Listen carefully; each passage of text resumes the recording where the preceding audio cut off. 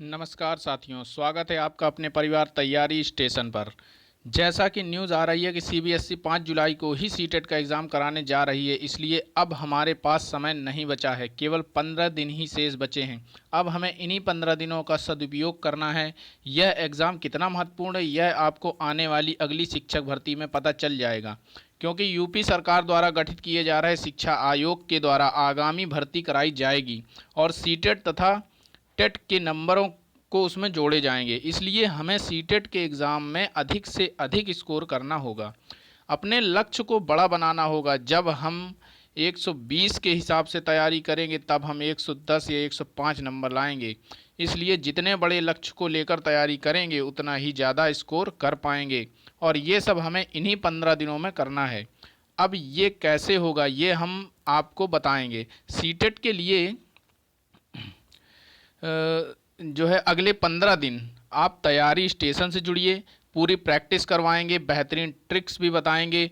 कुछ भाइयों का दिमाग तो सीटेट की पेडागोजी के प्रश्नों को देखकर ही घूम जाता है, उन्हें चारों ऑप्शन सही लगते हैं। ऐसा होता है कि उस प्रश्न में एक से अधिक उत्तर सही होते हैं, पर हमें उसमें बेस्ट चुनना होता है। हम आपको बताएंगे कि उन सही उत्तरों में सही उत्तर कौन सा है, सबसे सही सटीक उत्तर कौन सा है।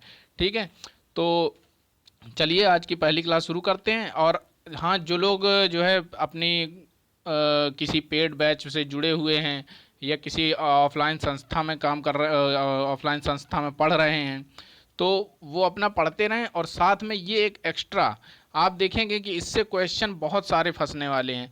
हम आपको बहुत इंपॉर्टेंट क्वेश्चन लेके आए हैं। चलिए क्लास शुरू करते हैं।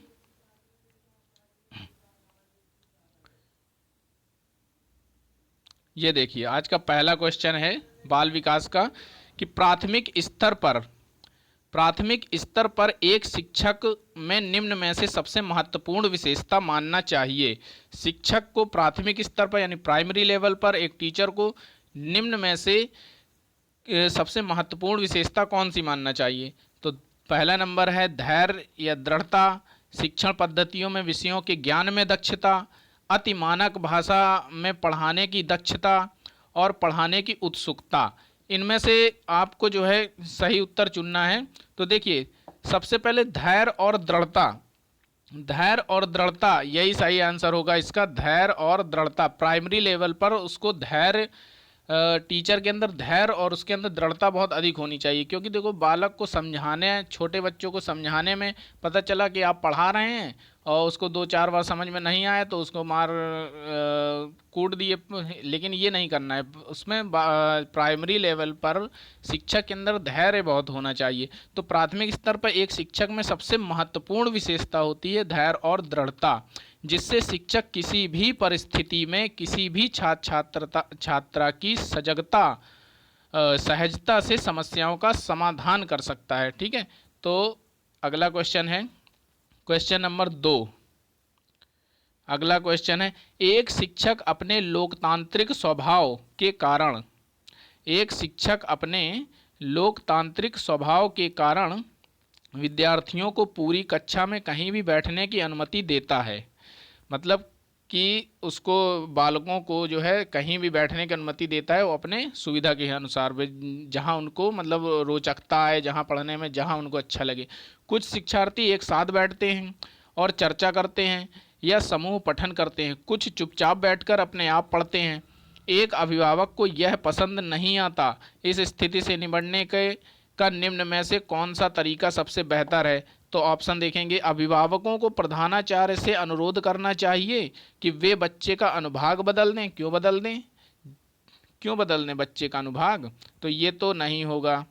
इसके बाद अभिभावकों को शिक्षक पर विश्वास व्यक्त करना चाहिए और शिक्षक के साथ समस्या पर चर्चा करनी चाहिए। देखिए, पेडागोजी के क्वेश्चन में जो है आपको हमेशा पॉजिटिव ढूंढना है। और उसके बाद अब बालक को अगर उससे अलग कर देंगे तो ये तो एक भेदभाव वाली बात हो गई ना। जैसे दूसरे बच्चों को, जिसको भी परेशानी होगी वो अपने बच्चों का अनुभाग ही अलग कर देगा या स्कूल ही चेंज कर देगा, ये गलत हो जाए। तो ऑप्शन नंबर बी सही होगा इसका। ऑप्शन सी देख लेते हैं, अभिभावकों को उस विद्यालय से अपने बच्चे को निकाल लेना चाहिए। नहीं, गलत है। अभिभावकों को प्रधानाचार्य से शिक्षक की शिकायत करनी चाहिए? नहीं। देख के ये इजी क्वेश्चन है कि देख के ही पता चल रहा है कि अभिभावकों को शिक्षक पर विश्वास व्यक्त करना चाहिए और शिक्षक के साथ समस्या पर चर्चा करनी चाहिए। चलिए नेक्स्ट क्वेश्चन देखते हैं। आज का क्वेश्चन नंबर 3, वह अवस्था जब बच्चा तार्किक रूप से वस्तुओं घटनाओं के प्रति चिंतन प्रारंभ करता है, वह अवस्था कौन सी होती है? देखिए जीन पियाजे का है ये क्वेश्चन, जीन पियाजे से आया हुआ है। तो औपचारिक संक्रियात्मक अवस्था या पूर्व संक्रियात्मक अवस्था, मूर्त संक्रियात्मक अवस्था या संवेदी प्रेरक अवस्था? तो इसका सही आंसर होगा मूर्त संक्रियात्मक अवस्था। देखिए बच्चा जब तार्किक रूप से तर्क करना स्टार्ट कर देता है तो वो कौन सी अवस्था होती है? मूर्त संक्रियात्मक अवस्था। मतलब उसके दिमाग में जो है मूर्त वस्तुओं का चित्र बनने लगता है और वो तर्क करने लगता है। ठीक है, तो मूर्त संक्रियात्मक अवस्था में बच्चा किसी वस्तुओं व घटनाओं के विषय में चिंतन प्रारंभ कर देता है, मतलब तर्क करने लगता है, चिंतन प्रारंभ करने। और यह जो अवस्था होती है ये ध्यान रखिएगा, ये भी कभी पूछ लिया तो ये मूर्त संक्रियात्मक अवस्था 7 से 11 वर्ष होती है। मूर्त संक्रियात्मक अवस्था कितनी होती है? 7 से 11 वर्ष। इस अवस्था में बच्चा तार्किक चिंतन और वस्तुओं को समझने के योग्य हो जाता है। मतलब बच्चा जो है वस्तुओं को समझने के योग्य हो जाता है। और मनोवैज्ञानिक जीन पियाजे के अनुसार बच्चे में इस अवस्था में प्रमुख 5 योग्यताओं का विकास होता है। जो मूर्त संक्रियात्मक अवस्था 7 से 11 वर्ष है, इसमें 5 जो है योग्यताओं का विकास होता है। संरक्षण संख्याबोध, क्रमानुसार वर्गीकरण और पारस्परिक संबंध की क्षमता। मतलब किसी भी वस्तुओं का अपनी वस्तुओं का संरक्षण करने लगता है, संख्याओं का बोध करने लगता है, वस्तुओं को और संख्याओं को क्रम में सजाने की योग्यता आ जाती है, वस्तुओं और संख्याओं में अलग अलग वर्गीकरण करना सीख जाता है कि ये 7 है, ये 4 है, ये वस्तु ये है, ये वस्तु ये है। और पारस्परिक संबंध की क्षमता होती है, मतलब आपसी संबंध भी बनाने लगता है, मतलब आपसी सहयोग करने लगता है, एक दूसरे मित्रता जैसे। ठीक है, इसके बाद आगे आते हैं क्वेश्चन नंबर 4। मन का मानचित्रण संबंधित है साहसिक कार्यों से, मन का चित्र बनाने से, मन की क्रियाशीलता पर अनुबंध से, बोध समझ बढ़ाने की तकनीक से। तो मन का संबंध देखिए, इसमें आपको एक ट्रिक बताएंगे, इसमें सबसे बढ़िया ट्रिक है। देखिए इसका जो क्वेश्चन का आंसर होगा है आंसर नंबर सी। और जहां पर भी ये ध्यान रखें, जहां पर भी देखिए इसको पहचानेंगे कैसे, तो क्रियाशीलता ये शब्द जहां पर भी आ जाएगा पेडागोजी, वो आंसर हमेशा सही होता है। ये एक ट्रिक है, कीवर्ड है कि क्रियाशीलता, बच्चे को हमेशा क्रियाशील बनाना है और ऐसे ऑप्शन हमेशा सही होते हैं। तो साहसिक कार्यों की क्रिया योजना बनाना नहीं, छोटे बच्चों को साहसिक कार्यों को करवाएंगे क्या, कहीं दुर्घटना हो गई तो। मन का चित्र बनाना नहीं, मन का चित्र छोटे बच्चे बनाएंगे क्या, ये तो बीएससी लेवल पे बनाए जाते हैं।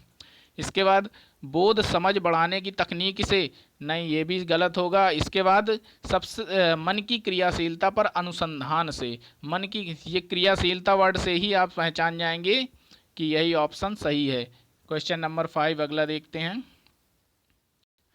विशेष रूप से प्राथमिक स्तर पर विद्यार्थियों को सीखने संबंधी समस्याओं को संबोधित करने का सबसे बेहतर तरीका है। जो विद्यार्थियों को सीखने संबंधी जो समस्याएं होती हैं उसको संबोधित करने का सबसे बेहतर, उसको क्या कहेंगे, सबसे संबोधित करने का सबसे बेहतर तरीका कौन सा है? तो क्वेश्चन ऑप्शन है महंगी और चमकदार सहायक सामग्री का प्रयोग करना चाहिए, या फिर सरल और रोचक पाठ्य पुस्तकों का प्रयोग करना चाहिए, कहानी कथन पद्धति का प्रयोग करना चाहिए, या क्षमता के अनुरूप विभिन्न शिक्षण पद्धतियों का प्रयोग करना चाहिए। तो प्राथमिक स्तर पर विद्यार्थियों को सीखने संबंधी समस्याओं को संबोधित करने का सबसे बेहतर तरीका है कि अगर किसी शिक्षार्थी को कुछ समझाना है, अगर किसी विद्यार्थी को टीचर के द्वारा कुछ समझाना है तो उसके लिए एक नहीं बल्कि उसके क्षमता के अनुसार उसे विभिन्न शिक्षण पद्धतियों का प्रयोग करना चाहिए।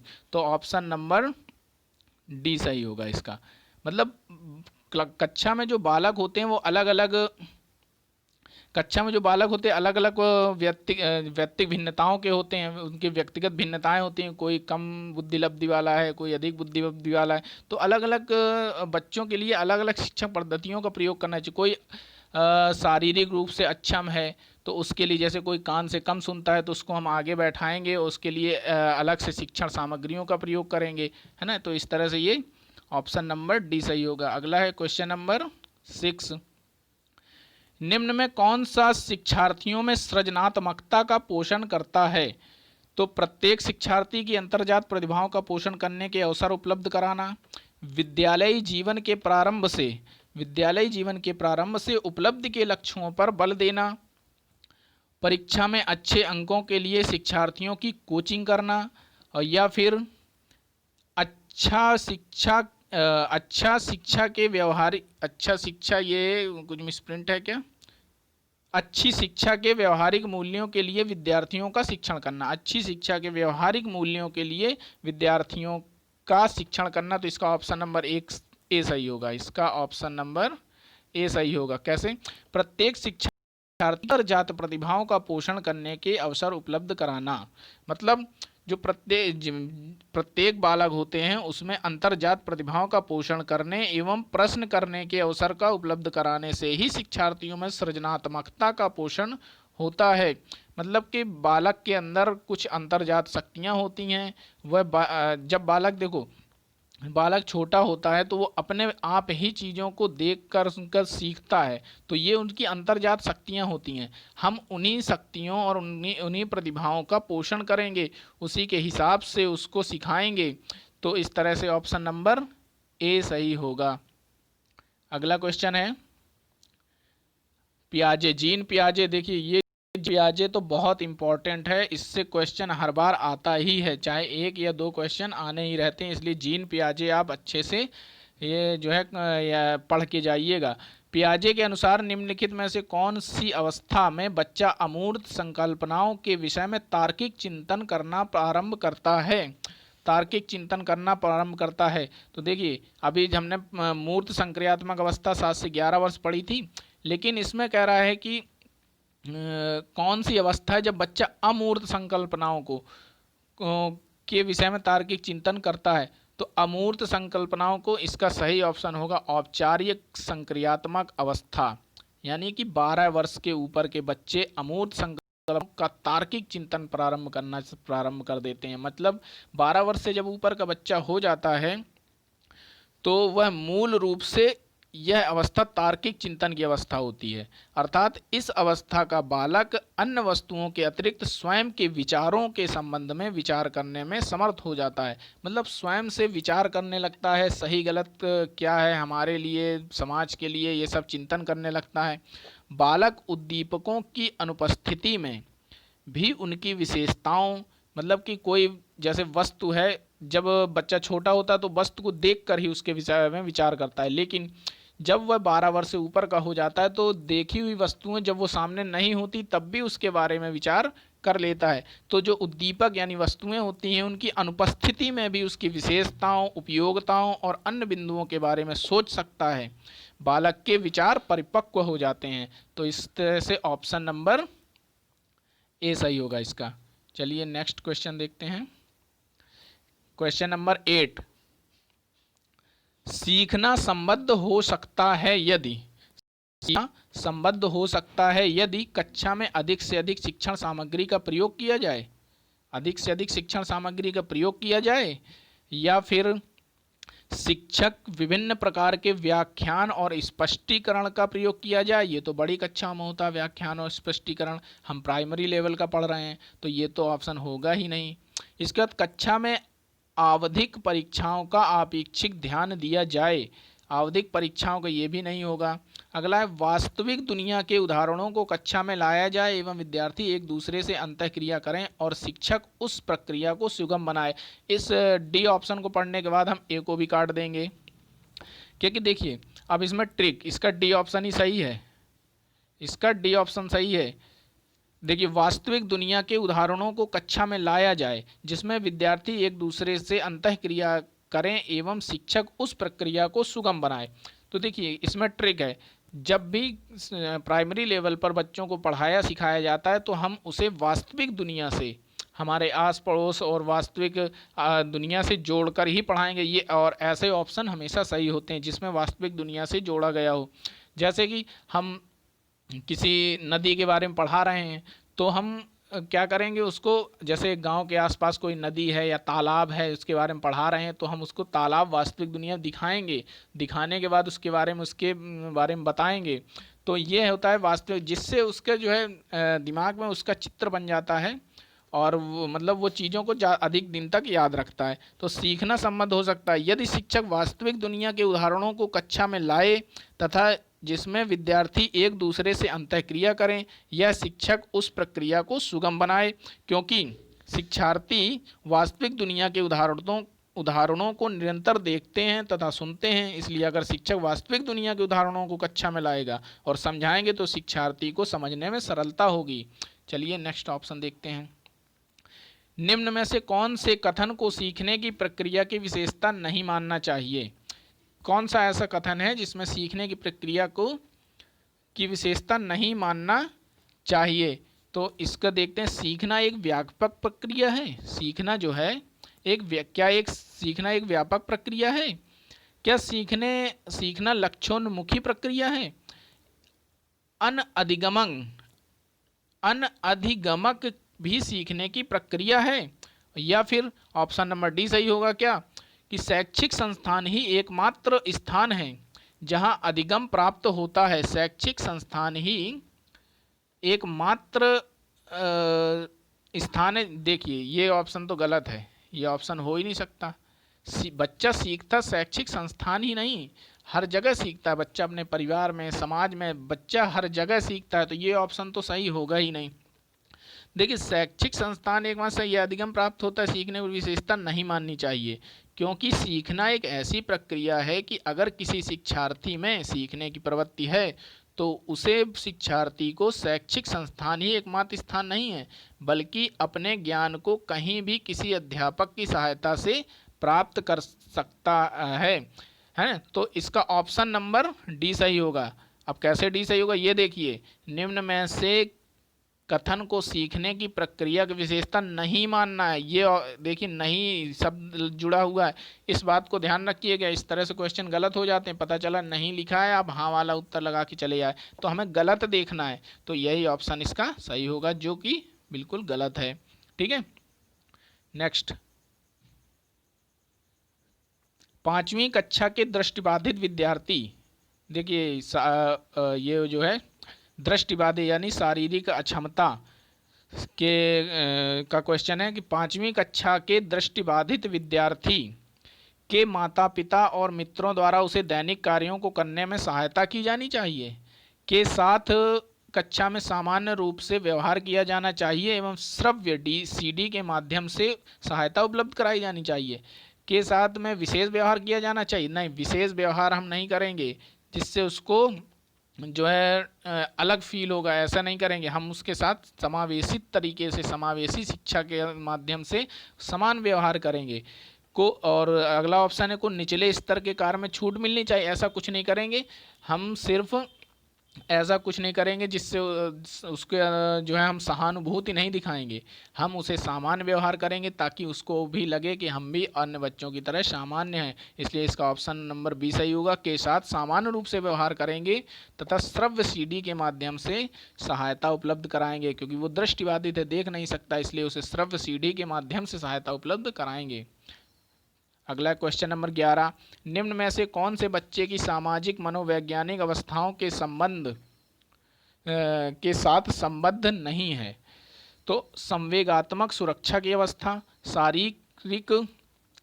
शरीर में अपशिष्ट पदार्थों का नियमित रूप से बाहर निकलना और सान्निध्य संगति की आवश्यकता, सामाजिक अनुमोदन अथवा सराहना की आवश्यकता। तो इसका ऑप्शन नंबर बी सही होगा। कैसे? शरीर में जो अपशिष्ट पदार्थों को नियमित रूप से बाहर निकालना एक शारीरिक आवश्यकता है, ना कि सामाजिक मनोवैज्ञानिक आवश्यकता। ठीक है, तो पूछ रहा है कि निम्न में से कौन से बच्चे के सामाजिक मनोवैज्ञानिक अवस्थाओं के साथ संबद्ध नहीं है। नहीं यानी हमें गलत उत्तर छांटना है, तो यही ठीक है। बाकी सारे ये 3 सही हैं। अपशिष्ट पदार्थ जो होते हैं उनको तो नियमित रूप से बाहर निकालना एक शारीरिक आवश्यकता है, ना कि सामाजिक और मनोवैज्ञानिक आवश्यकता। बहुत ईजी क्वेश्चन है ये तो। अगला 12, वह कौन सा स्थान है जहां बच्चे के संज्ञानात्मक विकास को सबसे बेहतर से परिभाषित किया जा सकता है। विद्यालय तथा कक्षा पर्यावरण, सभागार, घर या खेल का मैदान। तो कौन सा वह स्थान है? तो विद्यालय एवं कक्षा का पर्यावरण इसका सही आंसर होगा। वह कौन सा स्थान है जहां बच्चे के संज्ञानात्मक विकास को बेहतर तरीके से परिभाषित किया जा सकता है? तो विद्यालय एवं कक्षा पर्यावरण, ठीक है। विद्यालय एवं कक्षा पर्यावरण के द्वारा ही बच्चे के संज्ञानात्मक अर्थात ज्ञान के संबंधी विकास को बेहतर तरीके से परिभाषित किया जा सकता है, क्योंकि विद्यालय एवं कक्षा पर्यावरण ही एक ऐसा स्थान है जहां उस शिक्षार्थी को ज्ञान संबंधी आवश्यकताओं और उनकी समस्याओं का निदान किया जा सकता है। वहाँ टीचर होते हैं, किसी प्रकार की समस्या होगी पढ़ने में या अधिगम में, तो उसको वो समझेंगे, उसको समझाएंगे, है ना। तो इस खेल और घर, खेल सभागार, खेल का मैदान ये नहीं होंगे, इसका ऑप्शन नंबर ये सही होगा। चलिए क्वेश्चन नंबर 13 को एक अभिप्रेरित शिक्षण का संकेतक माना जाता है। खाली स्थान भरना है। शिक्षक के द्वारा दिया गया उपचारात्मक कार्य, विद्यार्थियों द्वारा प्रश्न पूछना, कक्षा में एक खामोशी या कक्षा में अधिकतम उपस्थिति। तो इसका ऑप्शन नंबर बी सही होगा। देखिए, विद्यार्थियों द्वारा प्रश्न पूछना, ये एक ट्रिक है कि कभी विद्यार्थी जिसमें सक्रिय हों वो ऑप्शन हमेशा सही होता है। देखिए, विद्यार्थी अगर आपसे प्रश्न पूछेंगे तो यानी कि वो सक्रिय हैं, तो ये ऑप्शन हमेशा सही होते हैं। विद्यार्थियों द्वारा प्रश्न पूछना, उपचारात्मक कार्य नहीं सही होगा, एकदम खामोशी बिल्कुल नहीं, और अधिकतम उपस्थिति ये भी कोई ज़्यादा मायने नहीं रखती, ज़रूरत पड़ने पर छुट्टी भी ले सकता है, लेकिन विद्यार्थियों द्वारा प्रश्न पूछना जरूरी है। इससे कक्षा की सक्रियता का पता चलता है। और जब विद्यार्थियों द्वारा प्रश्न पूछना एक अभिप्रेरित शिक्षण का संकेतक माना जाता है, क्योंकि अभिप्रेरक किसी भी व्यक्ति को व्यवहार करने के लिए शक्ति प्रदान करता है। छात्र अपने अधिगम संबंधी लक्ष्यों को तभी प्राप्त कर सकता है, मतलब सीखने संबंधी जो लक्ष्य होते हैं उनको तभी प्राप्त कर सकता है जब वह अभिप्रेरित हो, अंदर से मोटिवेट हो, और अध्यापक छात्रों के पूर्व अनुभवों का विशेषकर रुचियों को प्रयोग में लाकर अधिगम के लिए मोटिवेट कर सकता है, उसके पहले के अनुभवों से जोड़कर, ठीक है। तो विद्यार्थी का प्रश्न पूछना यानी सक्रिय होना कक्षा में अत्यधिक आवश्यक है, उससे उसकी रुचि का भी पता चलता है। अगला क्वेश्चन है, निम्न में कौन सा बुद्धिमान बच्चे का लक्षण नहीं है? निम्न में से कौन सा बुद्धिमान बच्चे का लक्षण नहीं है? तो वह जो प्रवाह पूर्ण एवं उचित तरीके से संप्रेषण करने की क्षमता रखता है। ये तो रखना चाहिए, ये तो सही है। अगला, वह जो अमूर्त रूप से सोचता रहता है। वह जो अमूर्त रूप से सोचता रहता है, सही है, क्योंकि देखिए लक्षण नहीं है, इसको ध्यान रखिएगा, लक्षण नहीं है। वह जो नए परिवेश में स्वयं को समायोजित कर ले, बहुत अच्छी बात है, हर परिवेश में समायोजन कर लेना ये तो बहुत अच्छी बात है। वह जो लंबे निबंधों को बहुत जल्दी रटने की क्षमता, बस ट्रिक मिल गई, ट्रिक। ऑप्शन नंबर डी गलत है, यानी कि ऑप्शन नंबर डी सही है। यानी कि रटने, जहाँ भी ये शब्द आ जाए वो ऑप्शन कभी सही हो ही नहीं सकता, कभी बच्चे को रटाना ही नहीं है, यही ट्रिक ध्यान रखें। ये कुछ कीवर्ड्स हैं, बच्चे को क्रियाशील होना चाहिए, बच्चे को रटाना नहीं है, बच्चे को दंड नहीं देना है, ये सब चीज़ें जहाँ आएंगी तो ये ट्रिक्स हैं, इनको ध्यान रखिएगा। ऑप्शन में जहाँ आए तो ये नेगेटिव में आती हैं, ठीक है। अगला लास्ट क्वेश्चन है, बच्चे दुनिया के बारे में अपनी समझ का सृजन करते हैं, इसका श्रेय को कहा जाता है। देखते हैं 15 नंबर क्वेश्चन। तो ये पावलोव हैं, कोहलबर्ग ने कहा है, या स्किनर या पियाजे। तो इसका सही आंसर होगा पियाजे। बहुत इंपॉर्टेंट क्वेश्चन है ये, पियाजे। बच्चे दुनिया के बारे में अपनी समझ का सृजन करते हैं, इसका श्रेय पियाजे को जाता है। पियाजे के अनुसार बच्चे दुनिया में अपनी समझ का सृजन करते हैं। इंपॉर्टेंट क्वेश्चन है। चलिए आज 15 क्वेश्चन कराए हैं, ठीक है। इसके बाद थोड़ी देर बाद आपको शाम तक क्लास फिर से मिलेगी एक, जिसमें आगे के 15 क्वेश्चन बहुत इंपॉर्टेंट क्वेश्चन कराए जाएंगे। तो वीडियो को लाइक और शेयर जरूर कर दीजिएगा और चैनल को सब्सक्राइब कर लीजिए। चैनल को सब्सक्राइब करके बेल आइकन दबा लीजिए, जिससे कि आने वाली सारी इंपॉर्टेंट क्लासेस आपका नोटिफिकेशन आपको आसानी से मिल जाए। और चलिए टारगेट बना के चलते हैं। बहुत इंपॉर्टेंट क्वेश्चन आप देखेंगे कि इन्हीं में से आपको क्वेश्चन देखने को मिलेंगे परीक्षा में। तो हम अभी आज ही आपको दूसरी क्लास भी देंगे सीडीपी की। हम पूरे जरे सारे सब्जेक्ट की इंपॉर्टेंट क्वेश्चन की क्लास आपको दे देंगे। चलिए ठीक है, मिलते हैं नेक्स्ट वीडियो में। Thanks for watching.